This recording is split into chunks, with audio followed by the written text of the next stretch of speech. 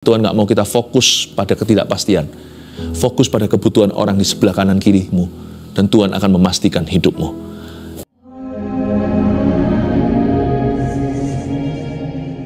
Mari kita mengangkat tangan kita.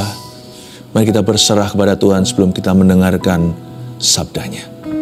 Hati kami letakkan di mezbamu, kita tidak ambil lagi Tuhan. Kami letakkan di situ, kami tidak akan mengotak-atiknya.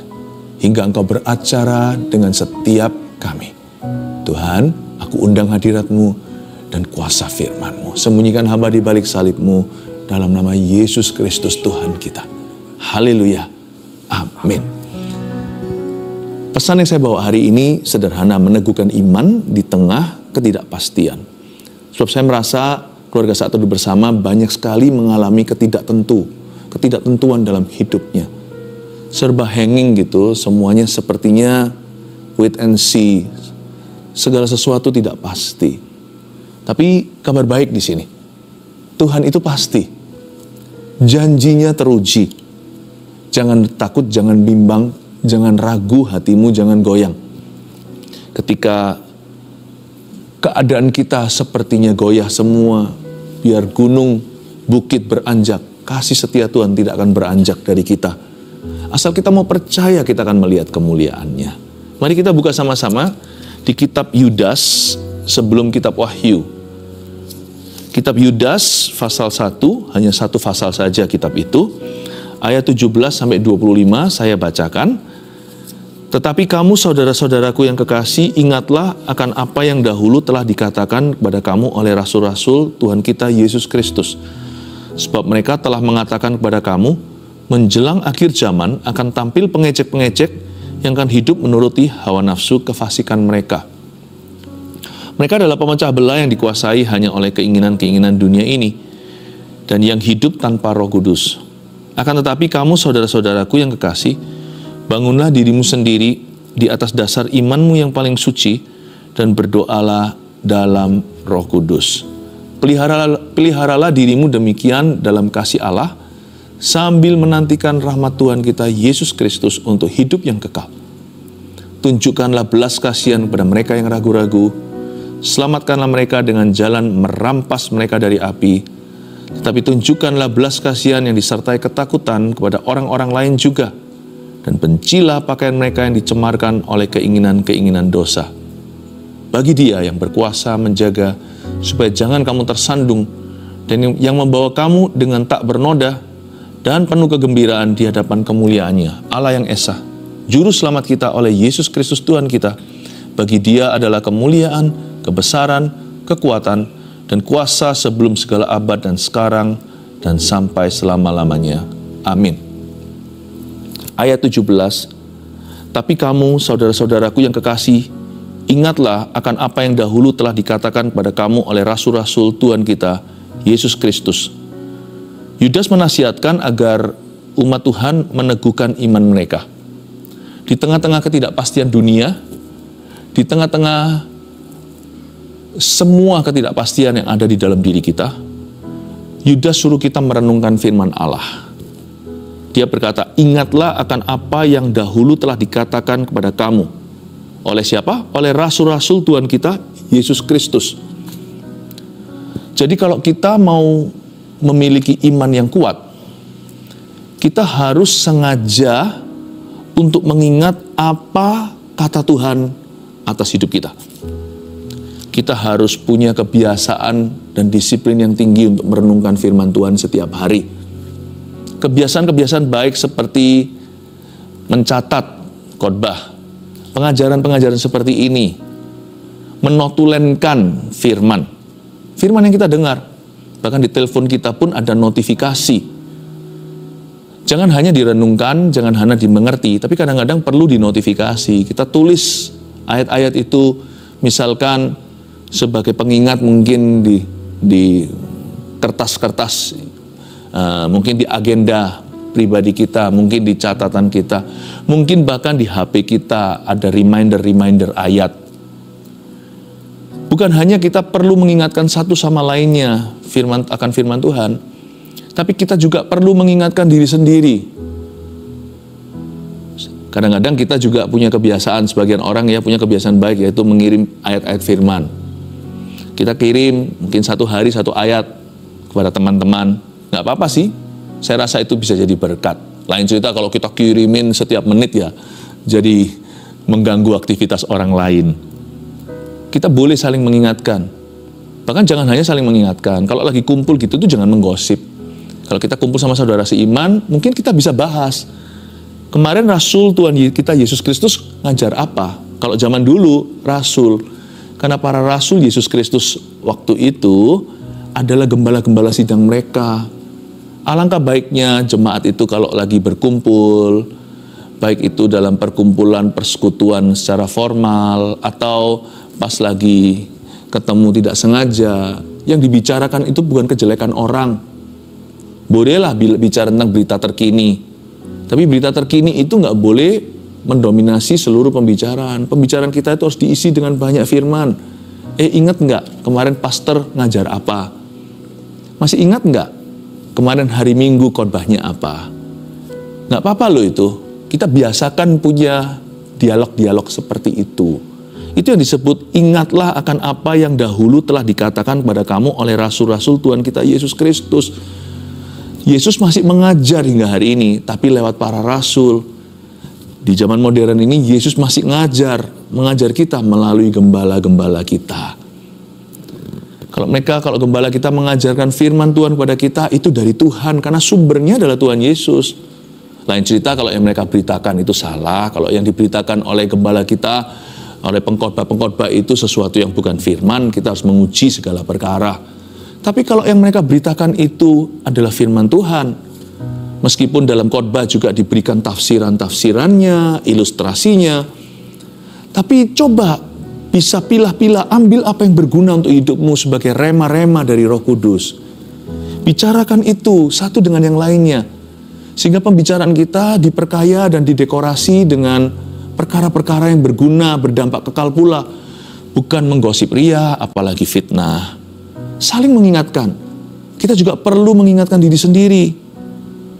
Suara Kristus itu bisa terdengar lewat suara gembala kita, lewat suara pengajar firman. Ingatkan dirimu ya. Kalau kita mau punya iman yang teguh ya harus punya disiplin begitu. Anda mau sehat, jaga makan. Siapa di sini mau bugar, kuat? Ya harus olahraga. Coba lihat orang yang punya kebiasaan untuk exercise. Badannya jadi sehat, nggak sakit-sakitan, nggak gampang lelah. Kebiasaan kita menentukan nanti itu stamina kita seperti apa. Ini dia, kalau kita mengingat apa yang dahulu telah dikatakan oleh para rasul, dahulu itu bisa tahun lalu, bisa bulan lalu, bisa baru minggu kemarin. Kalau kita itu mengisi diri sendiri bukan dengan sampah, tapi kita isi diri kita dengan firman dan rema, niscaya pastilah iman kita akan semakin kuat, bukan semakin lemah. Meneguhkan iman di tengah ketidakpastian itu dengan mengisi diri akan firman. Sebab mereka telah mengatakan kepada kamu, ayat 18, menjelang akhir zaman akan tampil pengejek-pengejek yang akan hidup menuruti hawa nafsu kefasikan mereka. Ayat 18 diperingatkan oleh para rasul saat itu, bahwa nanti di akhir zaman akan tampil banyak pengejek, bahasa Inggrisnya mockers. Mereka mengejek apa sih? Pengejek itu termasuk haters, termasuk orang-orang yang kepahitan, orang-orang yang motivasinya dan metodenya salah. Bukan hanya itu, termasuk gossipers, orang-orang yang iseng mulutnya. Menjelang akhir zaman semakin banyak orang-orang yang mereknya beginian. Mereka akan hidup menuruti hawa nafsu kefasikan mereka. Kefasikan di sini adalah fasik lidah, bukan fasih lidah. Kalau fasih lidah itu pinter ngomong. Nggak apa-apa sih, asal digunakan untuk kemuliaan Allah. Tapi fasik lidah itu salah ngomong, atau omongannya salah dan sia-sia. Menjelang akhir zaman akan tampil pengejek-pengejek, mockers, haters, gossipers. Hindari orang-orang yang begini. Orang-orang yang suka mengejek, selalu aja cari-cari salahnya orang. Pandai sekali untuk mengungkit kekurangan orang untuk menutupi kekurangannya sendiri. Ini yang disebut dengan character murder atau pembunuhan karakter. Pengejek-pengejek adalah orang-orang yang suka menghina Kalau kita nggak seperti mereka, wah fanatik lu, sok suci lu. Kenapa? Karena mereka silau dengan kekudusan Allah dalam hidup kita. Janganlah kita kompromi demi supaya mereka menerima kita. Diterima oleh Allah, itu jauh lebih berharga. Saya mending ditolak manusia tapi diterima oleh Allah daripada saya diterima sama semua orang tapi ditolak oleh Tuhan. Tampil pengejek-pengejek, orang-orang yang menghinamu karena dirimu tidak sama seperti mereka. Kok nggak ikut-ikutan kompromi dan ikut-ikutan berdosa? Jangan khawatir apa kata manusia. Nggak usah dengarkan setiap orang. Siapa suruh kita masukkan hati kata-kata mereka? Nggak perlulah. Orang-orang yang fasik lidah akan menghadapi tahta pengadilan suatu hari. Kita malah kasihan kalau kita mikirkan akhir hidup mereka nanti. Kalau kita pikirkan nasib kekal mereka, hati kita malah justru penuh dengan belas kasih. Kita harus doakan agar mereka bertobat. Tapi nggak usahlah simpan kata-kata mereka di hati kita, lalu kita bawa gelisah seharian. Buat apa? Yang rugi siapa? Orang yang fasik lidah itu urusan mereka. Jangan sampai telinga kita juga mau menerima perkataan mereka lalu habis itu terganggu hati. Fasik lidah tidak harus disambut dengan fasik telinga. Makanya itu ada ayatnya di kitab Wahyu begini. Barang siapa bertelinga, hendaklah ia mendengar apa yang dikatakan Roh kepada jemaat-jemaat. Pakailah telingamu untuk mendengar apa yang dari Roh Kudus. Apa yang dari Roh Kudus? Apakah Roh Kudus berbicara kepada kita? Demikian firman Allah. Nggak, jarang-jarang ya ada orang yang bisa mendengar Roh Kudus secara audible gitu. Paling banyak adalah suara hati. Dan suara konfirmasi dari orang lain, peneguhan-peneguhan dari khotbah, dari renungan, dan juga mungkin dari kejadian, Tuhan memberi pemahaman, tapi juga dari saudara seiman. Yang kadang-kadang mereka nggak tahu apa yang kita gumulkan, lalu mereka memberitahukan, aku kok tergerak ya kasih kamu ayat ini atau firman ini. Ya, jangan tersinggung ya, saya kasih firman ini, ternyata jadi jawaban buat kita. Kalau kita punya telinga, pasang itu telinga untuk mendengarkan apa yang Roh hendak katakan. Jangan dengarkan apa yang roh jahat katakan tentang hidupmu, apalagi yang menuduh dan mendakwa. Lain cerita kalau kritikan yang membangun, itu tergantung sumbernya. Kalau sumbernya itu absah, sumbernya itu dapat dipercaya. Orang-orang yang memberitahu kepada kita itu jelas-jelas kelihatan motivasinya murni, dan mereka didorong oleh kasih. Yang kayak gitu nggak boleh ditolak loh. Kita harus dengarkan baik-baik demi kebaikan kita. Tapi kalau ada orang yang track recordnya memang suka membenci, suka memecah belah, suka melontarkan yang bukan-bukan, memang suka menjadi seorang troublemaker, seorang provokator, nggak usah didengar deh, nggak usahlah, jangan keseret di dalam dosa orang. Buat apa? Buat apa? Janganlah mengikuti kata-kata pengecek-pengecek yang akan hidup menuruti hawa nafsu, tapi ikuti pengajaran dan perkataan Tuhan lewat rasul-rasulnya, dan ikuti perkataan-perkataan yang baik, yang positif, yang membangun dari kalangan umat Tuhan yang sehat imannya. Ayat 19, mereka adalah pemecah belah yang dikuasai hanya oleh keinginan-keinginan dunia ini dan yang hidup tanpa Roh Kudus. Ayat 19, dilanjutkan lagi kehidupan orang zaman ini. Dunia ini makin hari makin bobrok. Alkitab mengatakan mereka yang adalah pemecah belah ini dikuasai hanya oleh keinginan-keinginan dunia ini. Inilah roh dunia saat ini. Dikuasai oleh keinginan-keinginan dunia itu atau syarat nafsu. Dalam bahasa Inggrisnya ayat ini bunyinya, mereka adalah orang yang sensual. Sensual di sini tidak menunjukkan bahwa ini dosa seksual, bukan. Kata sensual di sini itu intinya adalah if it feels good to me, kalau saya suka mau apa? Orang-orang yang memberontak, orang-orang yang hidup bagi dirinya. Tuhan mereka adalah perut mereka. Tuhan mereka adalah hawa nafsu mereka. Seperti zaman hakim-hakim, setiap orang bertindak menurut kehendaknya dan apa yang dipandangnya benar. Di dunia ini sudah nggak ada kebenaran. Tidak ada yang absolut. Tergantung dirinya. Gender pun, atau apakah dia pria atau wanita, atau apa. Kalau seseorang merasa dirinya kaktus, tidak berani ada orang yang boleh menegur, tidak boleh ada orang menegurnya kalau tidak dituntut. Bahkan di negara-negara bebas sekarang begitu. Terserah dia mau menamakan dirinya apa. Kalau kita sebagai anak Tuhan harus berpegang teguh pada firman. Firman bilang apa? Firman itu loh standar kebenaran, bukan perasaan kita dan pengalaman kita. Kondisi dunia begini, tapi kondisi sekarang banyak orang Kristen yang tidak teguh berdiri, imannya tidak kuat, keseret oleh dunia. Lama-lama nanti ya, Kristennya masih ada, tapi sudah tanpa Roh Kudus dirinya. Gerejanya masih ada wujudnya, gedungnya masih ada, tetapi sudah tanpa Roh Kudus di dalamnya. Puji Tuhan di Asia belum kelihatan, saya berdoa jangan. Tapi di banyak negara, notabene yang dahulunya terjadi kebangunan rohani, tetapi kemudian generasi barunya lengah. Dicuri iblis, 7 roh lebih jahat masuk ke dalam culture atau kebudayaan itu. Tidak pernah ada tanda-tanda lagi, dulu pernah Kristen. Dulu pernah takut akan Tuhan. Bahkan gereja-gereja gedung-gedungnya bagus-bagus begitu, sekarang jadi pub, jadi night club. Sedih kadang-kadang kalau saya melihat itu dalam berita, dan diberitahu teman, bahkan pernah sekali 2 kali waktu saya bepergian ke luar negeri, kebetulan waktu pelayanan pun melewati gereja seperti itu, saya menangis di hati saya dan berkata, kok bisa begini ya? Semua dimulai suatu hari dulu mereka meninggalkan Roh Kudus. Roh Kudus itu roh kebenaran. Teguhkan iman. Jangan tinggalkan Roh Kudus. Jangan mengandalkan hikmat manusia, sebab hikmat itu akan luntur. Tapi kebenaran dari Roh Kudus itulah yang akan berperang bagi kita. Ayat yang ke-20. Akan tetapi kamu saudara-saudaraku yang kekasih, bangunlah dirimu sendiri di atas dasar imanmu yang paling suci, dan berdoalah dalam Roh Kudus. Ayat 20 ini masuk dimensi Roh Kudus. Tapi sebelumnya coba saya tekankan. Ayat 20 berkata, akan tetapi kamu saudara-saudaraku yang kekasih, kata Yudas, bangunlah dirimu sendiri di atas dasar imanmu yang paling suci. Bangunlah dirimu sendiri.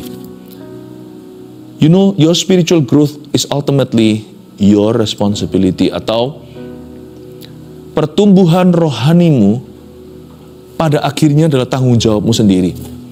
Gereja, hamba-hamba Tuhan, rasul-rasul Yesus Kristus, gembala-gembala sidang, ya, kakak-kakak rohanimu, mereka hanya bisa menciptakan situasi kondisi yang kondusif agar Anda bertumbuh.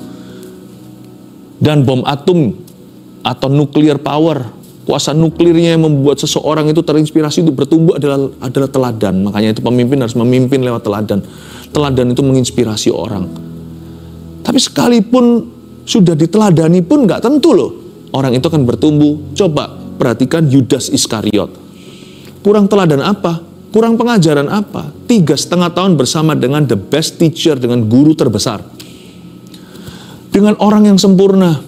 Yesus Kristus namanya. Pengajarannya loh, dia ada di sana ketika Yesus memecah-mecah 5 roti dan 2 ikan. Lalu memberikan pengajaran, berbahagialah, berbahagialah, berbahagialah. Khotbah di bukit, dia di situ. Kurang apa? Mujizat kelihatan, teladan Yesus tanpa dosa. Dia melihat semuanya cara Yesus memperlakukan hingga anak kecil pula. Yesus memperlakukan orang miskin. Yesus memperlakukan orang kaya. Yesus memperlakukan semua orang. Dia melihat dengan teladan yang sempurna. Pengajarannya, wah, udah jangan ditanya. Pengajaran Yesus itu tiada duanya. Semua khotbah hari ini kan dari pengajaran Yesus. Kok bisa ya? Dia mengkhianati dan menjual Tuhan, lalu bunuh diri. Bangunlah dirimu sendiri, garis bawahi. Your spiritual growth, pertumbuhan rohanimu, adalah tanggung jawabmu sendiri pada akhirnya. Gereja, hamba Tuhan semuanya hanya bisa menciptakan keadaan sekelilingnya agar Anda bisa bertumbuh tak diganggu. Pilihlah untuk bertumbuh, jangan stagnan. Pilihlah untuk maju, jangan mundur. Dan lalu setelah itu dikatakan, dan berdoalah dalam Roh Kudus. Berdoalah dalam Roh Kudus itu caranya gimana? Semua doa dalam nama Yesus ya pasti ada Roh Kudus. Tapi berdoalah dalam Roh Kudus di sini juga bisa mengandung arti yang lebih dalam. Ada sebuah jenis komunikasi yang jauh lebih dalam daripada komunikasi yang average, rata-rata atau biasa. Tuhan, terima kasih untuk hari ini, dalam nama Yesus, amin. Oke, bagus itu, dan itu hati ke hati. Tapi kan kita tidak menjamah, tidak mengcover perkara-perkara yang begitu mendalam, sampai-sampai di dalam batinnya sanubari kita itu, perkara-perkara yang kita bahkan susah untuk utarakan. Sebagian perkara-perkara yang kita mau bicarakan itu masih rahasia, atau kita belum bisa menaruh perasaan kita dalam kata-kata. Makanya itu berdoa dalam Roh Kudus itu juga termasuk berdoa dalam bahasa roh. Ada dimensi itu dalam ayat ini. Karena Yudas termasuk orang-orang yang menanti-nantikan Roh Kudus. Yudas ini kan adiknya Tuhan Yesus Kristus dari pernikahan Maria dan Yusuf. Kalau Anda baca di Kisah Para Rasul pasal awal, Yudas, Yakobus, penulis surat Yakobus di Alkitab di Perjanjian Baru ini juga, dan saudara-saudaranya yang lain, Yoses dan yang lain, dan Simon, mereka berkumpul sama-sama dengan Maria, termasuk di 120 orang yang nanti menerima lidah-lidah api. Jadi Yudas tahu kuasa Pentakosta. Yudas tahu gunanya berbahasa lidah dan berdoa dalam Roh Kudus. Berdoalah dalam Roh Kudus, berdoalah dalam bahasa roh pula. Kalau Anda belum bisa, belum punya karunia ini, kita berdoa ya hari ini supaya Anda dipenuhi. Ayat 21. Peliharalah dirimu demikian dalam kasih Allah sambil menantikan rahmat Tuhan kita Yesus Kristus untuk hidup yang kekal. Kata peliharalah dirimu demikian dalam kasih Allah, itu ada constant effort atau ada usaha yang berkesinambungan. Satu kata, komitmen. Kalau kita mau meneguhkan iman di tengah ketidakpastian, dunia ini makin hari makin tidak pasti. Ya, manusia itu makin hari makin jahat. Bagaimana caranya kita untuk tetap kuat? Ya, kita harus memelihara diri kita dengan demikian pula dalam kasih Allah. Kata demikian dalam kasih Allah itu berarti lawan arus. Kita harus terus memupuk diri. Nggak ada orang yang lahir kuat. Setelah kita lahir baru, kita bisa lemah lagi dan bisa jatuh. Satu-satunya jalan untuk kuat adalah berjalan makin lama makin kuat. Hendak menghadap Allah di Sion, pemazmur katakan. Kalau kita mau teguh, ya harus meneguhkan diri seperti Daud ketika di Siklak. Bahkan orang-orangnya sendiri pun mau merajami. Belum lagi istri anaknya semua diculik, beserta dengan semua istri anak pengikutnya ditawan.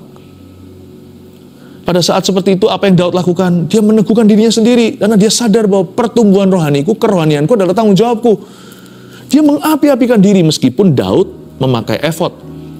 Daud pinjam sesuatu dari imam. Kita bisa pinjam iman orang lain, pinjam khotbah orang lain, pinjam urapan lah ceritanya orang lain, minta bantuan orang lain untuk kita bisa lebih merasakan hadirat Tuhan, tapi pada akhirnya keputusanmu yang berlaku. Peliharalah dirimu demikian dalam kasih Allah. Ayo bersikuku, teguhkan hati. Aku harus kuat. Dan dalam ketidakpastian aku tidak boleh goyah. Justru aku harus semakin percaya. Bukannya justru iman itu dibutuhkan kalau kita nggak melihat. Kok aneh? Ketika kita nggak melihat malah justru kita lemah imannya. Bukannya justru harus kuat. Buat apa kita punya senter? Kalau pas gelap kita simpan. Senter itu bukan mainan. Senter itu justru dinyalakan. Jangan malas yang namanya jari jemari kita itu untuk arahkan ke tombol on-nya. Justru waktu gelap gulita, nyalakan senternya. Iman itu nyalakan. Waktu hidup kita mengalami ketidakpastian. Justru nanti waktu kita kuat, kita nggak akan kuat sendirian. Ayat 22, kita malah jadi berguna buat orang-orang sekeliling kita. Semoga pertama-tama kegunaan dirasa oleh keluarga Anda. Tunjukkanlah belas kasihan pada mereka yang ragu-ragu. Malahan bukan hanya kita teguh, kita juga bisa encourage atau bisa menguatkan orang lain pula. Bahkan bisa menyelamatkan mereka. Tunjukkan belas kasihan pada mereka yang ragu-ragu. Sama-sama ketidakpastian, tetapi yang satu teguh, yang satu ragu. Biar yang teguh, kuatkan yang ragu. Tuhan mau Anda jadi lebih dari pemenang. Bukan hanya di tengah ketidakpastian Anda jadi kokoh, tapi Anda bisa menguatkan orang lain di sebelah Anda. Tunjukkan belas kasihan kepada mereka yang ragu-ragu. Selamatkanlah mereka dengan jalan merampas mereka dari api. Bahkan bisa kita tuntun orang lain dari jalan yang salah. Kita benarkan cara berpikir mereka. Tuhan berkehendak, Tuhan rindu kita jadi berkat bagi orang lain. Jangan jadi pasien. Tuhan memanggilmu untuk jadi bagian dari solusi, bukan bagian dari problemanya. Tuhan mau menjadikan Anda penyembuh, bukan pasiennya. Selamatkan mereka dengan jalan merampas mereka dari api, tetapi tunjukkanlah belas kasihan yang disertai ketakutan pada orang-orang lain juga. Dan bencilah pakaian mereka yang dicemarkan oleh keinginan-keinginan dosa. Dalam ketidakpastian, Kita diangkat Tuhan. Tuhan itu kalau angkat kita nggak sampai titik nol, sampai pasti, enggak. Itu bukan Tuhan. Kalau Tuhan itu pulihkan, Dia itu akan angkat kita melebihi titik nol tersebut. Kita nggak hanya dipulihkan sampai titik pasti, tapi kita bisa memastikan orang lain. Kita bisa menguatkan orang lain. Tuhan nggak pernah hanya sembuhkan kita. Tuhan sembuhkan kita agar kita sembuhkan orang lain. Itulah Tuhan. Dan kalau kita nanti menolong orang lain, kita harus penuh belas kasihan untuk mereka. Tuhan nggak mau kita fokus pada ketidakpastian. Fokus pada kebutuhan orang di sebelah kanan kirimu. Dan Tuhan akan memastikan hidupmu. Bagi Dia yang berkuasa menjaga supaya jangan kamu tersandung, yang membawa kamu dengan tak bernoda dan penuh kegembiraan di hadapan kemuliaan-Nya. Dia yang berkuasa pada akhirnya, taruhlah percayamu ketika dunia tidak pasti. Taruhlah kepercayaanmu, berimanlah kepada kuasa Tuhan. Kuasanya itu sanggup menjaga. Saya bayangkan kuasa Tuhan itu seperti apa? Seperti orang kalau mountain climbing. Ini betul-betul yang mendaki gunung. Lalu suatu saat tangannya lagi basah, mungkin keringatan, lalu dia terselipkan, lalu dia jatuh. Dan itu turun ke bawah itu puluhan meter, jikalau bukan ratusan meter. Tapi ada tali di pinggangnya yang sudah dipakukan di titik sebelum dia mendaki tadi. Di titik tertentu. Dan itu yang menahan dia. Kuasa Tuhan itu begitu. Ketika kau jatuh, kau tak akan tergeletak. Sebab Tuhan menopangmu. Jangan beriman pada dirimu sendiri. Kekuatan kita terbatas. Hikmat kita juga biasa. Tapi berimanlah. Tenang hidupmu. Jangan dibawa gelisah. Jangan sampai gak bisa tidur segala dan panik. Ada Tuhan. Coba katakan pada diri sendiri. Ada Tuhan. Di mana ada Tuhan, saya gak keberatan berada dalam ketidakpastian. Selama ada Tuhan dalam ketidakpastian saya, hidupku pasti di tangan-Nya. Ada tali yang mengikatkanku pada gunung batu. Saya tidak akan jatuh ke bawah dan mati. Sekalipun mungkin terselip sekali-kali, saya tidak akan dibiarkan tergeletak. Allah yang Esa, Juru Selamat kita oleh Yesus Kristus, Tuhan kita, bagi Dia adalah kemuliaan, kebesaran, kekuatan, dan kuasa, sebelum segala abad dan sekarang dan sampai selama-lamanya. Amin. Saya percaya sampai sekarang Tuhan punya gelar yang utama adalah Juru Selamat. Dia adalah tali tersebut yang saya katakan tadi. Dia tidak akan membiarkanmu jatuh ke bawah. Taruh percaya kepada Tuhan. 3 poin bagaimana meneguhkan iman di tengah ketidakpastian agar Anda menjadi manusia yang pasti. 1, ingat-ingat terus perkataan dan pengajaran Tuhan Yesus. 2, jangan dengarkan setiap orang dan sembarang orang. Buka telinga kepada sebagian orang kalau Anda tahu bahwa itu sumber yang baik, sumber yang benar. Tutup telinga mungkin kepada sebagian besar orang yang tidak perlu Anda dengarkan. 3, bangun komunikasi yang lebih dalam dengan Roh Kudus. Mari kita undang Roh Kudus untuk ambil alih hati kita yang gundah gulana. Biar Dia memberi kita damai sejahtera yang sempurna. Sekalipun serba tidak pasti, asal ada Tuhan, hidupmu pasti ada di dalam tangan-Nya dan di dalam rencana. Kita akan berdoa untuk setiap orang menuliskan kebutuhannya di live chat maupun di komentar. Mari ulurkan tangan ke depan, kita seperti bergandeng tangan dalam hadirat Tuhan. Aku tangking setiap sakit penyakit yang ada di tubuh seseorang di dalam nama Yesus. Hamba berdoa minta mujizat terjadi di dalam rumah tangga seseorang yang sedang mengalami permasalahan. Hamba berdoa juga untuk keuangan yang mengalami problema di sana. Tuhan, beri kemurahan, beri jalan keluar, jalan yang bertanggung jawab, tapi jangan kurangi mujizat yang bisa terjadi.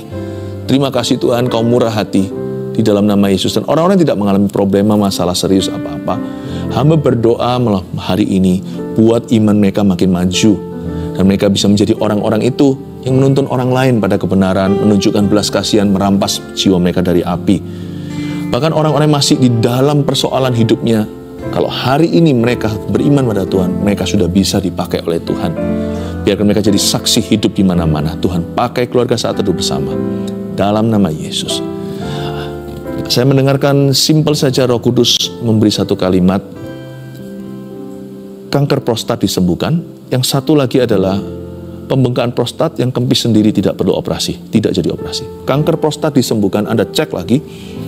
Bapak, Anda sembuh di dalam nama Yesus Kristus. Biar dokter nanti tidak menemukan sel kanker waktu Anda kontrol dan check up. Appointment berikutnya jangan takut. Tuhan akan menyertaimu. Dan juga yang tidak jadi operasi, bukan kanker ini, pembengkakan itu, di dalam nama Yesus aku perintahkan kempis sekarang, tidak perlu pisau operasi mengena tubuhnya. Di dalam nama Yesus kami bersyukur kepadamu. Haleluya. Tuliskan semua kesaksian keluarga Saat Teduh Bersama, termasuk Anda yang menerima bahasa roh pertama kali barusan. Saya percaya kesaksian Anda menjadi berkat buat banyak orang. Mari kita mengangkat tangan kita, biarkan teguh imanmu di tengah setiap ketidakpastian yang dalam dirimu maupun di dalam dunia ini. Tuhan berjalan bersamamu, terimalah berkat dari Allah Bapa, Putra dan Roh Kudus. Dalam nama Yesus.